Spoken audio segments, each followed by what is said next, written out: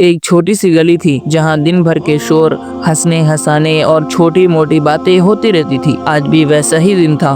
दो जवान लड़के समीर और फैजान मस्ती करते हुए गली से जा रहे थे, हंस रहे थे, एक दूसरे को ढकेल रहे थे जैसे हर दोस्ती में होता है। सामने से एक बुजुर्ग शख्स आ रहे थे, झुके हुए कंधे, हाथ में तस्बीह और चेहरे पर नूर।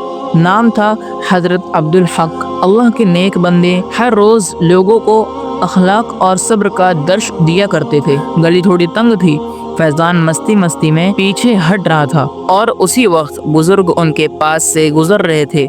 गलती से फैजान उनसे टकरा गया। बुजुर्ग ने मुस्कुराते हुए सिर्फ इतना कहा, बेटा जरा आराम से चलो, उम्र का लिहाज किया करो। इतना कहना था कि समीर जो फैजान का दोस्त था गुस्से में आ गया। उसने समझा कि बुजुर्ग फैजान को डांट रहे हैं। बिना कुछ सोचे समझे समीर ने बुजुर्ग के चेहरे पर एक जोर से थप्पड़ मारा। पूरे मोहल्ले में सन्नाटा छा गया। फैजान हैरान हो गया, उसके चेहरे का रंग उड़ गया। उसने कहा, समीर क्या कर दिया तुमने? ये तो बुजुर्ग हैं। बुजुर्ग ने आंसू भरी आंखों से देखा और बस इतना कहा, अल्लाह तुम दोनों को समझ दे। तुम तो सिर्फ मस्ती कर रहे थे और मैं सिर्फ नसीहत कर रहा था, पर इसने दोस्ती के चक्कर में मुझे थप्पड़ मार दिया। बुजुर्ग आगे चल दिए और समीर ने मजाक में कहा, थोड़ा बर्दाश्त कर लो बाबा, गलती हो गई।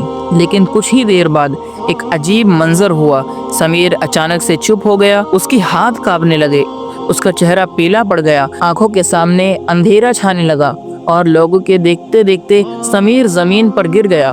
उसकी मौत हो गई।